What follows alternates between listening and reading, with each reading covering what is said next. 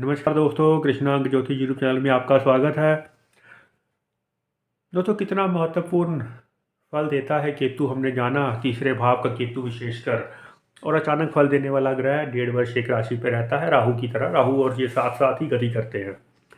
दोनों एक दूसरे से सातवीं दृष्टि पर रहते हैं हमेशा। जहाँ राहु को सर्प का मुख कहा गया है और केतु को उसका मुख के बाद उसके बाद का हिस्सा कहा जाता है, पीछे का हिस्सा। और राहु केतु मिलकर ही कई बार काल सर्प योग का भी यहाँ पर निर्माण कर देते हैं।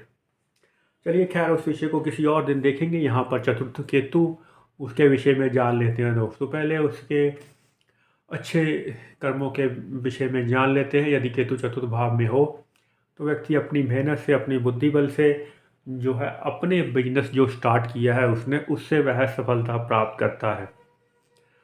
यह यहाँ पर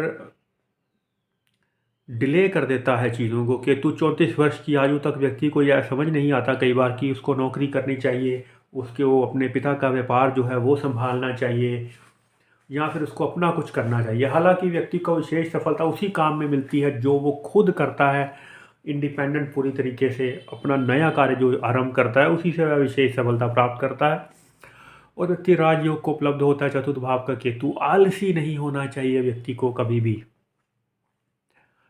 चतुर्थ भाव का केतु हो आपको खराब फल नहीं देगा, उन व्यक्तियों को बेहद कम खराब फल देता है जो लोग व्यसनों से दूर रहते हैं, नशा आदि नहीं करते हैं, मदिरा मांस आदि का सेवन नहीं करते हैं।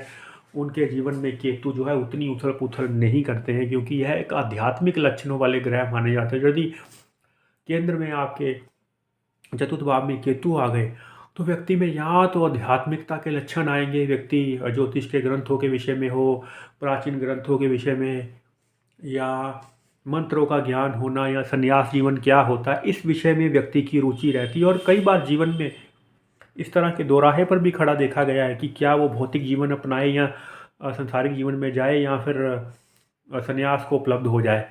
तो इस दोराहे पर भी खड़े हुए देखे गए हैं कुछ लोग। केतु चतुर्थ के प्रभाव के कारण विवाह होने के बावजूद भी मन में दुविधा रहती है कि क्या किया जाए।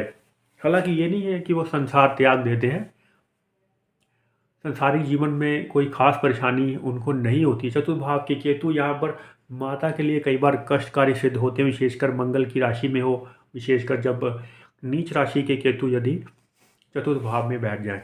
तो आपने देखा यहाँ पर केतु जो है राजयोग की उपलब्धि कराते हैं, लेकिन अपने काम से, अपना बिजनेस जो व्यक्ति करता है उसमें विशेष रूप से सफलता पाता है।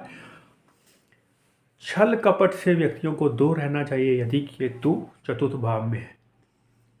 यदि व्यक्ति आलसी हो गया और चतुर्थ भाव का केतु आपने देखा तो व्यक्ति जीवन में कुछ नहीं कर पाता। आलस्य को छोड़ना, ये सबसे बड़ी जीत होगी उस व्यक्ति का यदि केंद्र में केतु बैठा है। और यदि वह तमाम कोशिशें करता ही चला जाए एक के बाद एक, उसका कामयाब होना निश्चित है। बहुत ही बेचैन राशि में बैठते हैं जब केतु, तो व्यक्ति को बैठने नहीं देते हैं कभी भी। लेकिन कभी कभी शत्रु राशि में बैठ जाएं, विशेषकर जब शनि खराब हो जाए, कुंडली में सूर्य शनि एक साथ बैठ जाए, तो व्यक्ति को आलस पकड़ लेता है, फिर व्यक्ति कुछ नहीं कर पाता। तो यह आपने केतु के शुभ और अशुभ लक्षण दोनों जाने। राजयोग की उपलब्धि करता है चतुर्थ केतु वाला व्यक्ति, लेकिन जो वह अपना कार्य करता है उसमें, और लगभग 34 वर्ष की बाद में जो उसको सही दशा और दिशा व्यक्ति को मिलती है, जिससे वह विशेष सफलता पाता है। तो यहाँ पर सुख देते हैं केतु, लेकिन थोड़ा वहाँ पर डिले कर देते हैं। चलिए दोस्तों, आने वाले समय में जानेंगे पंचम भाव के केतु के विषय में, और डिस्क्रिप्शन बॉक्स में लकी नंबर दिया गया है, और जो लोग अपना लकी नंबर जानना चाहते हैं वे हमसे संपर्क कर सकते हैं। तब तक के लिए नमस्कार दोस्तों, जय श्री कृष्ण।